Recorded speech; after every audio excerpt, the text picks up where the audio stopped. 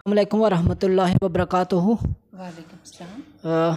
जैसा कि आप सब जानते हैं कि सरवरी किसाना, जिन्हें फ़तेह अली सरवरी किसाना के नाम से दुनिया जानती है, जम्मू कश्मीर की मशहूर व मारूफ शख्सियत रही हैं। उन्होंने सहाफ़त में बहुत बड़ा काम किया और ख़ास तौर पर गुज्जर बकरवाल कम्युनिटी के लिए जो काम किया है उसकी मिसाल आज तक कहीं नहीं मिलती है। हमारे साथ आज मौजूद हैं उस अजीम शख्सियत की बेटी और गोजरी अदब की नामवर अदीबा और शायरा ज़रीना नगमी साहिबा। आज हम उनके घर में मौजूद हैं जम्मू में, और हम चंद एक सवालात करके उनसे बातचीत करेंगे और हम उनका इस्तकबाल करते हैं। वो बुनियादी तौर पर ससुराल में चंडीगढ़ में रहती हैं, लेकिन जहाँ अपने मायके में तशरीफ़ लाई हैं तो हमने इनसे मुलाकात की और कुछ चीज़ें हम जानने की कोशिश करेंगे कि उनकी ज़िंदगी कहाँ से किन किन मरहलों से हो के गुज़री है और इन्होंने अपने वालिद मोहतरम को किस तरह से देखा है। आपका इस्तकबाल है, आप जम्मू में तशरीफ़ लाई, आपका घर है जम्मू में, और अभी आप कहाँ रहती हैं, आपकी शादी कब हुई उसके बारे में भी बताएं आप, और आप अपनी पैदाइश और तालीम से अपनी बात का आगाज़ करें। जी आपकी तालीम कहाँ हुई और जाए पैदाइश आपकी जम्मू है? जी बताएं। जी मेरी जाए पैदाइश जम्मू है। गुज्जर नगर में मैं पैदा हुई हूँ। 27 मार्च 1963 जी ये मेरा जन्म है। और मेरी शादी जो हुई चंडीगढ़ में वो 1983 में हुई है, 1983 में जनवरी में। जी, तो मैं चंडीगढ़ में रहती हूँ, तो आजकल मैं यहाँ आई हुई हूँ, तो आपसे मुलाकात हुई है, बड़ी खुशी की बात है। जी, आप मुझे बताएं कि आपने लिखने का रुझान कब कैसे हुआ, क्योंकि आपके वालिद मोहतरम जो थे अदीब थे और सहाफ़ी थे, तो आपकी शख्सियत का उन पर किस तरह से असर हुआ और आपने लिखने का आगाज़ कब किया जी, और किस तरह से उनसे आप लिखने से मुतासर हुई उनकी लिखाई से? जी पकड़ी हूँ मैं। जब जब मेरे ख्याल में मैं 6ठी क्लास में पढ़ती थी जब मैंने लिखना शुरू किया, तो कोई बात होती तो मैं लिख लेती, क्योंकि अब्बा खुद लिखते थे। अखबार हमारा नवाए कौम जब छप के आता तो हम उसकी फोल्डिंग का काम हम लोग घर पे करते थे, तो अखबार भी अपना पढ़ते, और हमारे घर में कई किस्म के रसाइल और किताबें आया करती। हम लोगों को बचपन से ही पढ़ने का शौक़ लग गया था अब्बा जी की वजह से। तो उस शौक़ को आगे बढ़ाते हुए जब मैंने लिखना शुरू किया तो अब्बा जी ने इस बात को बड़ा सराहा, न सिर्फ सराहा बल्कि इस्लाह भी की। जो मैं लिखती वो वज़नदार बनाने के लिए मुझे कहते कि किस शेर में कितनी लाइनें हों कि और कितने अल्फाज हों, बंदिश के अंदर रह के लिखना उन्होंने सिखाया। जी। तो जब से पोइट्री लिखनी शुरू की, फिर कहानियाँ, चूँकि हमारे वालिद साहब खुद बड़े शफ़ीक थे, बच्चों के मामले में बहुत शफ़ीक थे वो, तो उन्होंने जब देखा कि ये लिख रही है तो उस बात का उन्होंने बड़ी खुशी महसूस की। उनको लगा कि शायद मैं उनकी मतलब जो विरासत को आगे लेके चलूँगी। उनको बड़ी खुशी हुई और वो मेरा पूरा साथ देते रहे। जहाँ कहीं प्रोग्राम होना बच्चों का या रेडियो पे होना, रेडियो का भी उन्हीं दिनों शुरू हुआ था, तो वो साथ थे। जी, आपने शायरी की बात की और आपने 6th क्लास से बताया। मुझे ये बताएं कि नसर की तरफ आप पहले आए कि शायरी की तरफ पहले आए? शायरी की तरफ मैं पहले आई थी। अच्छा जी, तो गालबन कौन सा साल था 6ठी क्लास आपका? जी अब शायद वो खैर कोई बात नहीं, क्योंकि और मुझे बताएं कि आपने जब लिखना शुरू किया और भी ख़वातीन जो हैं गोजरी में लिख रही थी या नसर में भी लिख रही थी, शायरी भी कर रही थी, तो आप अपने हम असर ख़वातीन में किन ख़वातीन को जानती थी जो जिनको आप देखती थी वो भी आपके साथ साथ वो भी गोजरी के लिए काम कर रही थी? उन ख़वातीन का जिक्र अगर आप करें। मेरा ख्याल है कि उन दिनों पर मुझे कोई दिखाई नहीं देता उस वक्त कोई औरत लिखती हो या कोई लड़की लिखती हो। उस वक्त माहौल ऐसा था कि कौम के अंदर बड़ा मतलब नाखानगी थी, तो जो तालीम का ना होना भी एक ज़रिया था, और गोजरी ज़ुबान को उस वक्त लोग आगे लेके नहीं चलते थे। तो ये मुझे लगता है कि हमने ही शुरू किया, हमसे ही शुरू हुआ ये। तो उस वक्त मुझे कोई नाम याद नहीं आ रहा है, मेरा ख्याल यही है कि उस वक्त कोई नहीं था जी जब हमने शुरू किया। जी जी जी। तो इसके बाद आपने शायरी में जो किताबें लिखी हैं जी। वो कौन कौन सी हैं? जी। गोजरी में कौन सी हैं और उर्दू में कौन कौन सी? जी, उर्दू में मैंने कहानियों की एक किताब बीते मौसमों की धूप, और शायरी की एक किताब जो है वो है जागीर की अम्मा। जागीर की अम्मा नाम से नज़म का नाम था, तो उसी के नाम से बुक छपी। तो तीसरी किताब मेरी जो थी वो पंजाबी में आई। पंजाबी में मैंने मतलब कहानियाँ लिखी, और पंजाबी कहानियों की बुक मेरी चंडीगढ़ में छपी। तो 3 किताबें मेरी पहले हो चुकी थी।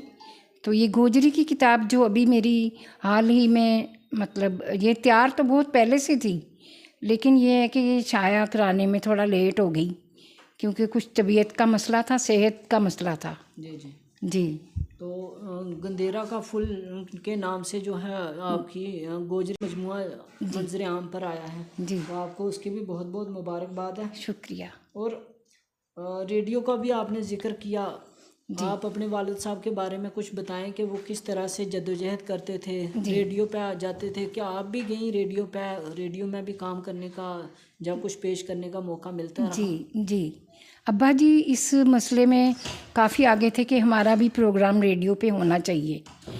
जैसे डोगरी, कश्मीरी, पहाड़ी प्रोग्राम रेडियो पे नशर हुआ करते थे, तो उनके अंदर भी ये लगन थी कि हमारा गोजरी का भी प्रोग्राम रेडियो पे आना चाहिए। इसलिए उन्होंने बड़ी जद्दोजहद की, और ये फिर प्रोग्राम जो है जम्मू कश्मीर रेडियो पे नशर होना शुरू हुए।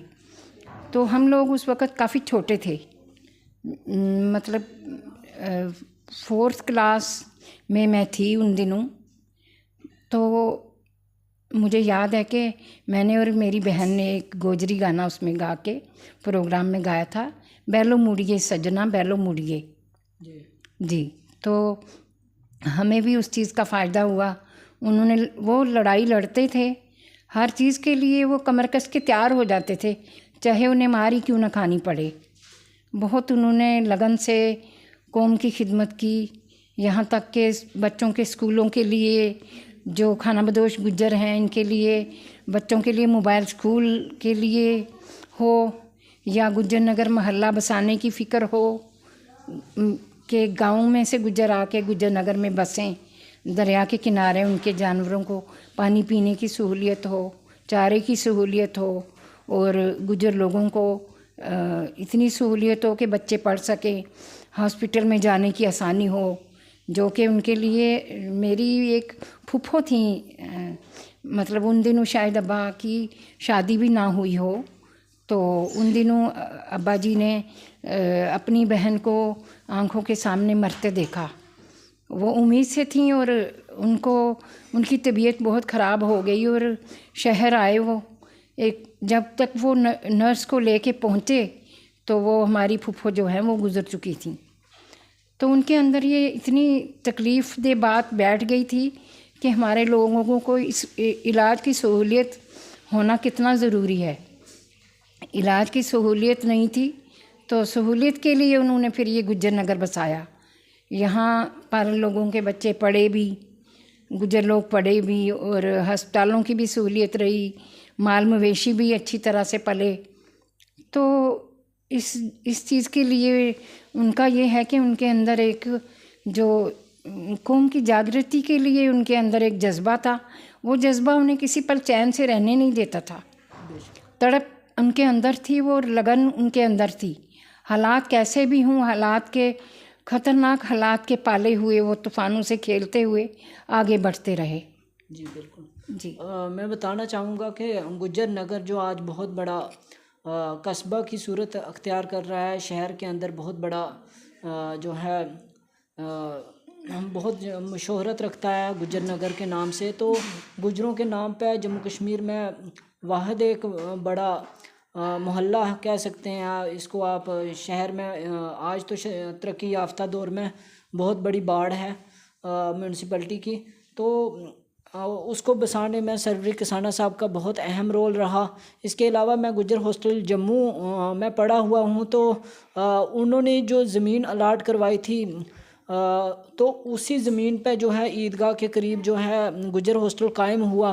वहाँ से सैकड़ों बच्चे जो हैं फैज़याब होके, इल्म के नूर से मुनव्वर होके आज समाज की खिदमत कर रहे हैं। और वाकई जो आपने बताया कि गुज्जर कौम को ऊपर उठाने के लिए, तरक्की की राह पर गामज़न करने के लिए जो सरवरी किसाना साहब का रोल था, वो तूफ़ानों से लड़कर जो है अपनी कौम के लिए काम करते थे।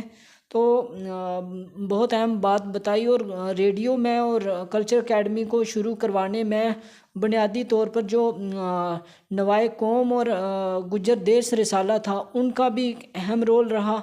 और इसके अलावा गोजरी की डिक्शनरी मरतब करने के लिए भी आपके अब्बा जी को मरतब किया गया था। जी जी उस जी काम के हवाले से भी कुछ जी बताएं। जी जी गोजरी डिक्शनरी जो पहली जिल्द छाया हो चुकी थी, वो काम कर रहे थे, 6000 अल्फाज के ऊपर मबनी थी।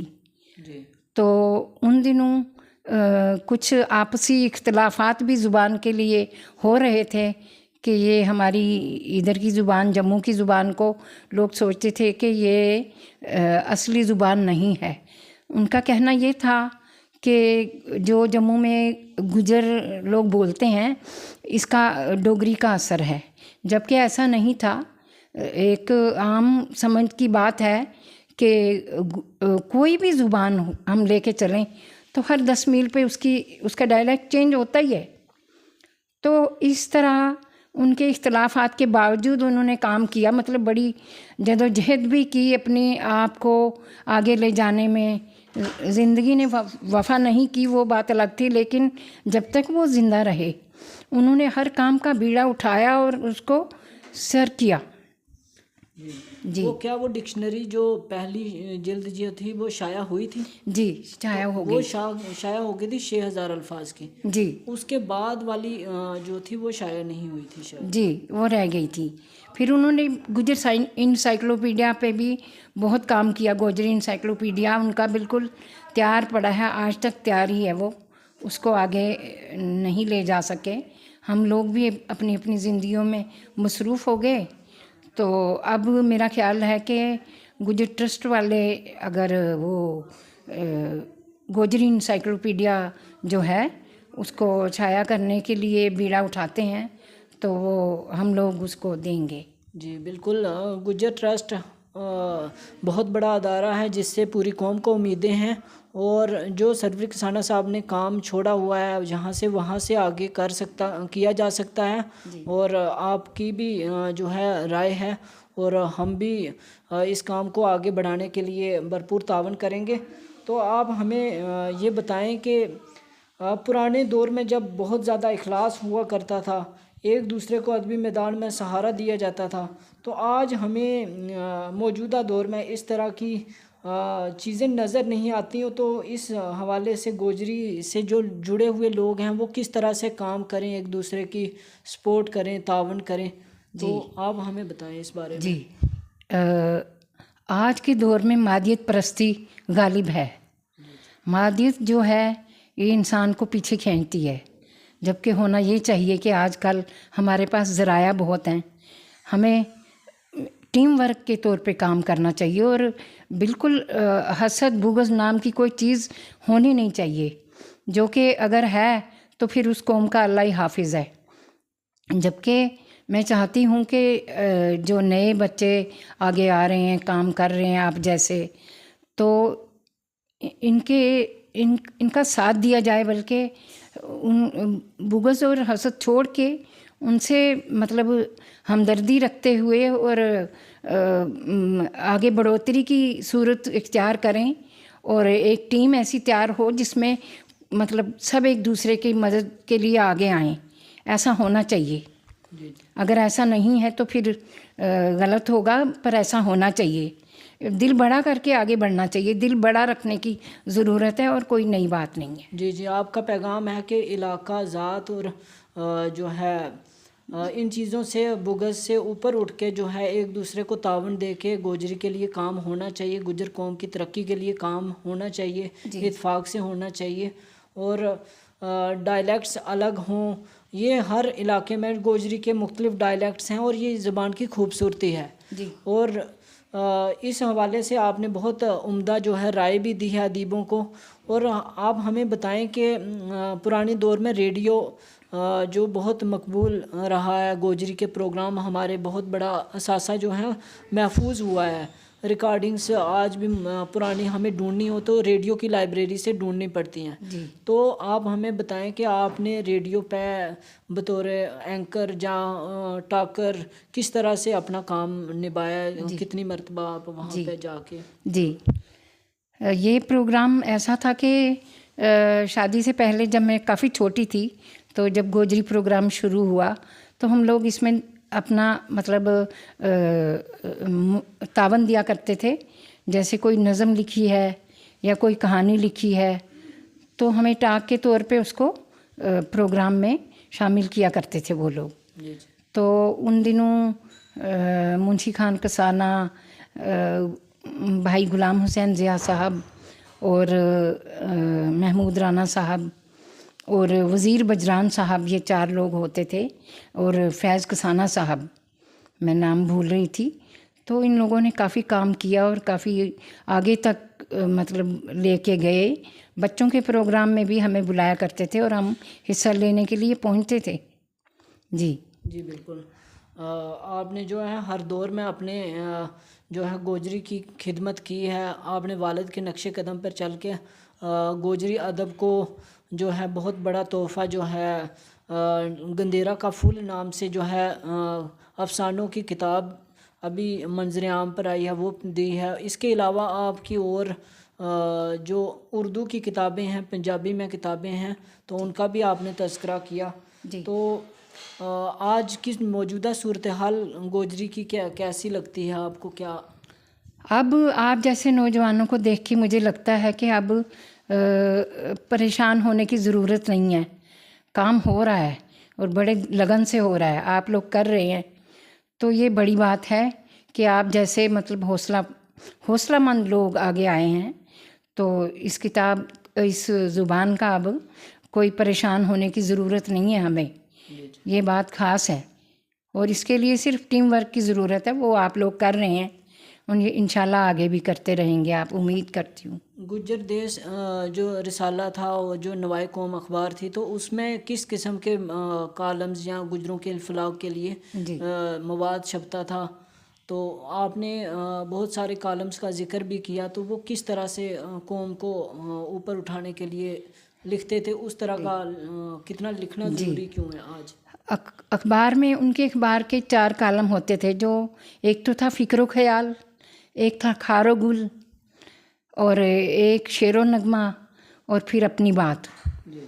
तो ये जो अपनी बात करते थे तो उसमें अपने दिल का सारा क्या चाहिए, क्या होना चाहिए कौम के लिए, ज़ुबान के लिए, लोगों के लिए, तो ये सारा उसमें होता था। और फ़िक्र ख्याल मतलब दूसरों को फ़िक्र की दावत देना कि फ़िक्र करो इस कौम की, इस बिरादरी की। तो लोग मतलब उन अखबारों, उन दिनों ये अखबार वाहिद अखबार होता था जो कि गुजरों के लिए था। तो और गुजर देश मैगज़ीन जो उन्होंने निकाला, छपना शुरू हुआ, तो मुझे याद आता है कि गुजर देश के शुमारे के पहले ही सरेवरक पर एक तस्वीर थी जहाँ पर एक गरीब गुज्जर की फ़ोटो दी हुई है और नीचे लिखा हुआ था मारा त्याड़ा कद फिरेंगा, कि हमारे दिन कब फिरेंगे। तो ये बात वो लेके चले और उन्होंने कहते थे कि छोटी की लड़ाई भूल जाओ ते कलम की लड़ाई लड़ो। वो तकरीबन नौजवानों के हाथ में कलम देखना चाहते थे। आज अगर वो ज़िंदा होते तो बड़े खुश होते आप लोगों को देख कर के आप किस तरीके से कलम के ज़रिए खिदमत कर रहे हैं। जी जी। बस आखिरी सवाल हम करना चाह रहे हैं कि शख्सियात का भी आपने ज़िक्र किया, कौन कौन सी शख्सियात थीं जो पूरे जम्मू कश्मीर से आके सर्विस साहब के साथ तावन करती थीं और इस कौम को ऊपर उठाने के लिए और काम करती थीं, तो आप उनका भी अगर तज़किरा करें। जम्मू से थे, राजौरी पुंछ से थे, कश्मीर से थे। जी जी जी जी। उन दिनों पर जब हम लोग काफ़ी छोटे थे तो घर पे तकरीबन लोगों का तांता बंधा रहता था, क्योंकि गुज्जर जाट कॉन्फ्रेंस का दफ्तर हमारे घर पे ही रहा 30 साल तक रहा, और उसकी मीटिंग्स वगैरह हुआ करती थी। और उनके लिए गोजरी अदबी कॉन्फ्रेंस के नाम से भी एक उन्होंने मजलिस बनाई थी, अंजुमन जो थी, उसमें लोग काम करने वाले जो थे जनाब चौधरी इसराइल असर साहब थे, वज़ीर मोहम्मद हकला साहब थे, शाहबाज राजौरवी थे, शफ़ीक शाल थे, एक रफ़ीक शाल थे, एक शफ़ीक शाल थे, दोनों भाई थे वो, अल्लाह उनको मग़फ़िरत फरमाए उनकी, वो गुज़र चुके सब। तो कश्मीर से मियाँ बशीर अहमद लारवी, मोहम्मद शफ़ी खटाना और जनाब अज़ीम इकबाल साहब, नसीम पुंछी साहब, ग़ुलाम हुसैन ज़िया साहब, फैज़ कसाना साहब, तो ये लोग घर में करमदीन चोपड़ा साहब, उन दिनों उन्होंने पीएचडी की थी और वो गोजरी का ही उनका एक मतलब सब्जेक्ट उनका गोजरी ही था। तो उन दिनों ये लोग मतलब काफ़ी आगे रहे, साथ देते रहे उनका। आगे आने के बाद ज़ाहिर है कि इंसान मज़बूत हो जाता है, टीम वर्क से काम भी जल्दी होता है और एक दूसरे की हेल्प हो जाती है, अच्छी तरह से मदद हो जाती है। जी जी बिल्कुल, आपने काफ़ी शख्सियात के नाम लिए और इतने मुख्तसर से इंटरव्यू में तमाम शख्सियात के नाम लेना मुमकिन भी नहीं हो पाता और जहन में भी नहीं आ पाते हैं। लेकिन खुर्शीद आलम ठीकरिया साहब थे, इसके अलावा कारी अब्दुल नबी साहब थे, और भी बहुत सारे लोग थे, नेक मोहम्मद साहब थे। तो उन्होंने जो है भरपूर तावन दिया। पूरे चीदा जो शख्सियात थी, बुज़ुर्ग शख्सियात, उन्होंने मिल के गुज्जर इस्लाही कमेटी बनाई थी जो आज भी चल रही है। तो सरवरी साहब बेशक हमारे बीच मौजूद नहीं है, लेकिन उनका मिशन आज भी जो है जारी व सारी है और पूरी कौम जो है तरक्की की राह पे गामज़न है। तो उसमें फ़तेह अली सरवरी कसाना साहब की बेशुमार कुर्बानियाँ शामिल हैं। तो उनकी वजह से आज मैं दावे से कह सकता हूँ कि मैं गुज्जर हॉस्टल जम्मू का प्रोडक्ट हूँ। उनको गुज्जर हॉस्टलों को कायम करवाने में भी उन्होंने तावन दिया। इसके अलावा एसटी स्टेटस जो हासिल किया गया, उसमें अगर उसका भी तज़किरा आप कर दें कि जो कैंपेन चली थी दस्तखती मुहिम, ये बहुत अहम सवाल है, तो उसका भी अगर आप बताएं। जो मतलब गुज्जर स्टेटस जो मिला है, एसटी का स्टेटस जो दिया गया है, इसके लिए उनकी बड़ी जद्दोजहद थी। वो दिल्ली तक आवाज़ उठाने के लिए गए थे और सारे में एक दस्तखत की कैंपेन चलाई गई थी कि हमें मतलब स्टेटस चाहिए। हुआ यूँ कि उनकी ज़िंदगी में तो ये बात कारआमद नहीं हो पाई, क्योंकि लेकिन उनके बाद में ये स्टेटस मिला जो कि बहुत ज़रूरी था कौम के लिए आगे उठाने का। आम तौर पर ये बात सुनने में आती है कि लोग कहते हैं कि किसी भी कौम को स्पेशल जो स्टेटस देना ये क्यों ज़रूरी है। इस बात के कई लोग ख़िलाफ़ होते हैं। तो मेरा जवाब उनको ये है कि अगर एक माँ है, उसके 2 बच्चे हैं, एक सेहतमंद है, एक कमज़ोर है, तो वो ज़ाहिर है कि वो उसको 2 गिलास दूध देना पसंद करेगी कि मेरा ये बच्चा भी सेहतमंद हो के उसके बराबर हो जाए। तो यही एक स्टेटस का जो गुज्जर एसटी का स्टेटस जो था वो ज़रूरी था कौम के लिए और काफ़ी फ़ायदे हुए उसके। जब गुज्जर हॉस्टल जम्मू जो है इसकी बुनियाद रखी जा रही थी, तो उन्हीं दिनों एक फ़ैसला अचानक हुआ कि ये ईदगाह की ज़मीन है, तो इस पे कुछ और बनाना चाह रहे थे। मेरे याददाश्त में इस वक्त नहीं आ रहा है कि कौन क्या चीज़ बनाना चाह रहे थे। और अब्बा जी वहाँ जाके लेट गए कि अब नीम के ऊपर ही लेट गए और कहने लगे कि अब ईंटें रखो मेरे पर और उठाओ। तो फिर उन्हें जेल ले जाया गया और जाहिर है कि फिर वो काम रुक गया और वहाँ हॉस्टल ही बना, तो जद्दोजहद कामयाब हुई। जी बिल्कुल। जो है ना 87 में जो मुझे बताएं कि कौन सी डेट को जो है वफ़ात हुई जी, थी? जी। 12 मार्च 1987। जी 12 मार्च तो 1987 जो में। पैदाइश की तारीख है वो? हाँ, इसमें पैदाइश की जो तारीख है इसमें थोड़ा सा इख्तलाफ ये भी है कि कुछ लोग कहते हैं कि 37 मतलब 1937 को हुआ, लेकिन ज़्यादातर ये था कि 1927 को उनका जन्म हुआ था, 11 मार्च 1927। जी जी। तो उनके इंटरव्यू सुनते हैं हम तो वो जैसे कहते हैं कि मैं जब 47 का झगड़ा हुआ तो वो 14 साल के थे, तो उस बात को लेकर भी चलें तो थोड़ा सा मतलब इख्तलाफ हो जाता है। तो हम लोग फ़िलहाल 27 पे यकीन कर रहे हैं कि उन्होंने इतनी छोटी उम्र में भी मतलब काम किया, अखबार निकाला, मैगज़ीन निकाला, कौम के लिए जद्दोजहद की, और हम लोग आज इतनी सहूलियात होने के बावजूद भी वैसा काम नहीं कर पाते। सोचते हैं लेकिन कर नहीं पाते। उनके अंदर जज्बा जो था वो उनको किसी पल भी चैन से बैठने नहीं देता था। कोई भी काम होता था तो वो ज़ोरों शोर से आगे बढ़ जाते।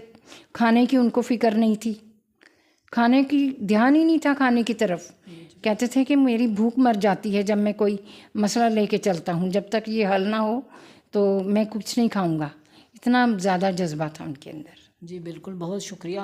आप जो हैं चंडीगढ़ में रहती हैं और अपनी कौम के लिए दर्द रखती हैं, तो आप हमारे क्लब हाउस के साथ भी जुड़ी हैं और वहाँ से आप हमारे प्रोग्राम्स को ऑनलाइन देखती हैं, क्योंकि ये कोविड के बाद हमने शुरू किया प्रोग्राम। तो उसके हवाले से अगर कोई बात करना चाहती हैं तो वो जो आप बहुत बहुत अच्छा प्रोग्राम आपने शुरू किया, जो तारक अब्रार ऑफिशियल के नाम से बहुत अच्छा प्रोग्राम है ये। तो इससे एकदम जितने प्रोग्राम हो चुके हैं तकरीबन यूट्यूब पे हैं, वो यूट्यूब पे मैं उनको बार बार सुनती हूँ और दिल के अंदर ये मतलब उम्मीद जागती है कि अब इस कौम की तरक्की को कोई रोक नहीं सकता। जी बहुत बहुत शुक्रिया, आपने अपना कीमती वक्त दिया और हम अल्लाह ताला से दुआ करते हैं कि अल्लाह ताला आपको सेहतयाब करे और आपकी परेशानियां दूर फरमाए।